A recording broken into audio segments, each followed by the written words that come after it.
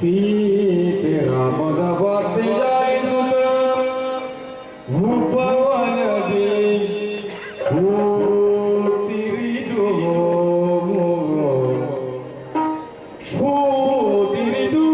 ಮಾಲಿಕೆಯ ರಚಿಸಿ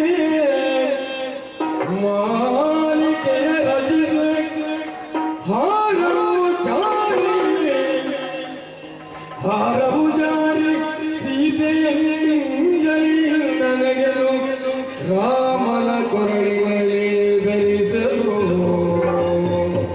ರಾಮನ ಕೊರಳಿನಲ್ಲಿ ಧರಿಸಲು ಬೆಚ್ಚಿದಳು ಧರಣಿ ಜಾತೆ ರಾಮನ ಬೆಚ್ಚಿದಳು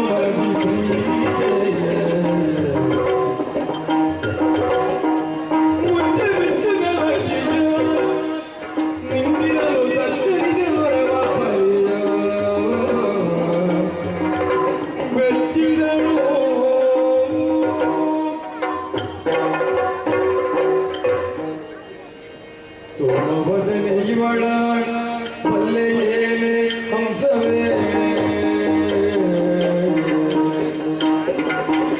ಸೋಮವದನೆ ಇವಳ ಬಲ್ಲೆ ಏನೇ ಹಂಸವೇ ಹಿಂದೆ ಭೂಮಿಯೊಳಗ ಬೀಳಿ ಬಂದ ಸೀತೆಯಲ್ಲವೇ ಹಿಂದೆ ಭೂಮಿಯೊಳಗ ಬೀಳಿ ಬಂದ ಸೀತೆಯಲ್ಲವೇ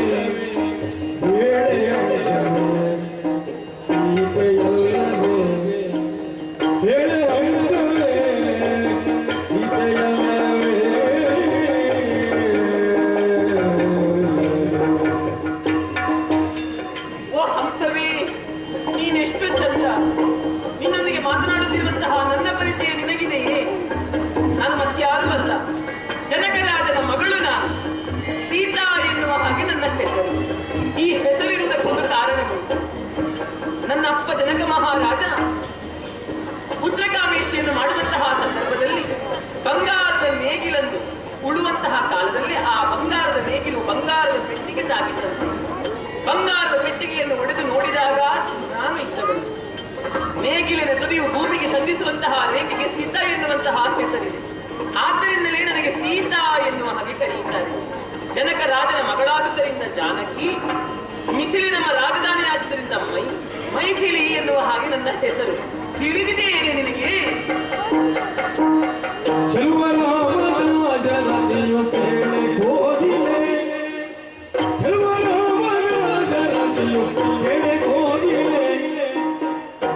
ಸೂರ್ಯ ಕುಲ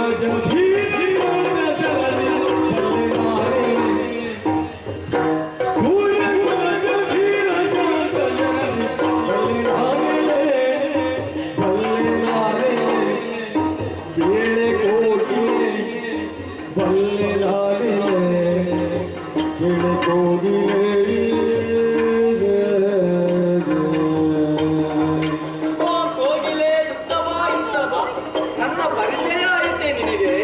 ನಾನೇನು ಸಾಮಾನ್ಯದವನಲ್ಲ. ಅಯೋಧ್ಯೆ ಪಟ್ಟಣದ ಪರಿಚಯ ಉಂಟೆ ನಿನಗೆ? ಆ ಪಟ್ಟಣವನ್ನು ಆಳುವವರು ದಶರಥ ಭೂಪತಿಗಳು. ಮಕ್ಕಳಿಲ್ಲ ಎನ್ನುವ ಹಾಗೆ ಕೊರಗುತ್ತಾ ಇದ್ದ ಕಾಲದಲ್ಲಿ ಪುತ್ರಕಾಮೇಷ್ಟಿಯನ್ನು ಮಾಡಿದ್ರಂತೆ. ಆ ಮೂಲಕವಾಗಿ ಯಜ್ಞೇಶ್ವರನೇ ಪಾಯಸ ದ್ರವ್ಯವನ್ನು ಕೊಟ್ಟ. ಆ ಪಾಯಸ ದ್ರವ್ಯವನ್ನು ಉಂಡಂತಹ 3 ಹೆಂಡತಿಯರಲ್ಲಿ ಹುಟ್ಟಿಕೊಂಡ 4 ಮಕ್ಕಳಲ್ಲಿ ನಾನು ಹಿರಿಯವ. ನನ್ನ ಹೆಸರು ರಾಮ ಎನ್ನುವ ಹಾಗೆ. ಓ ಹಂಸವೇ,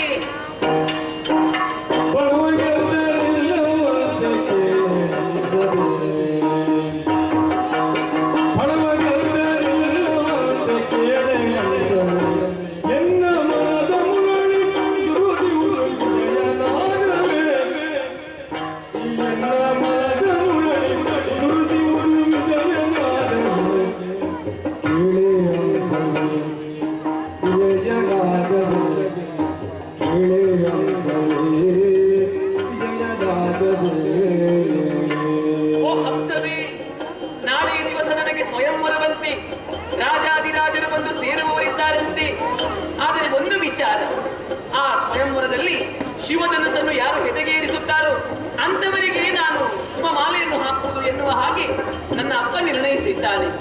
ಆದರೆ ಆ ಶಿವಧನುಸನ್ನು ಮುರಿಯುವವರು ಯಾರೂ ಇಲ್ಲವಂತೆ, ಹಣವನ್ನು ಗೆಲ್ಲುವವರು ಯಾರೂ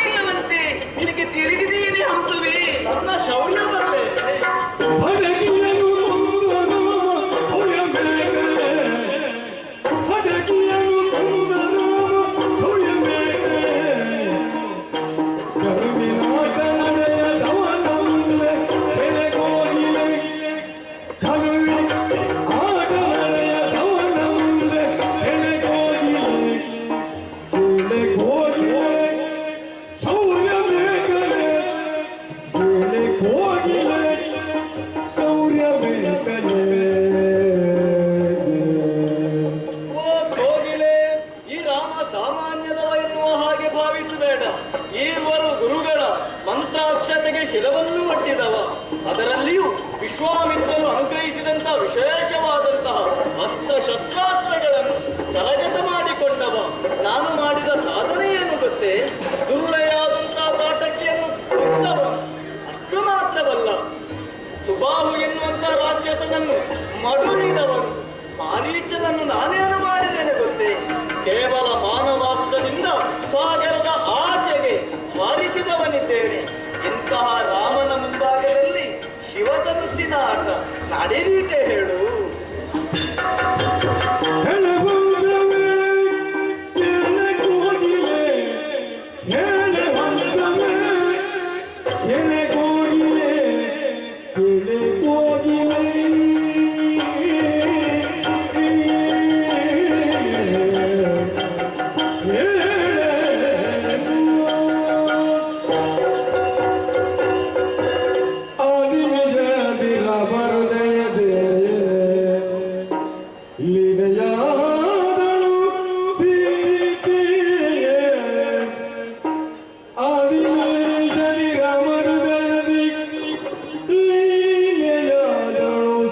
Yeah.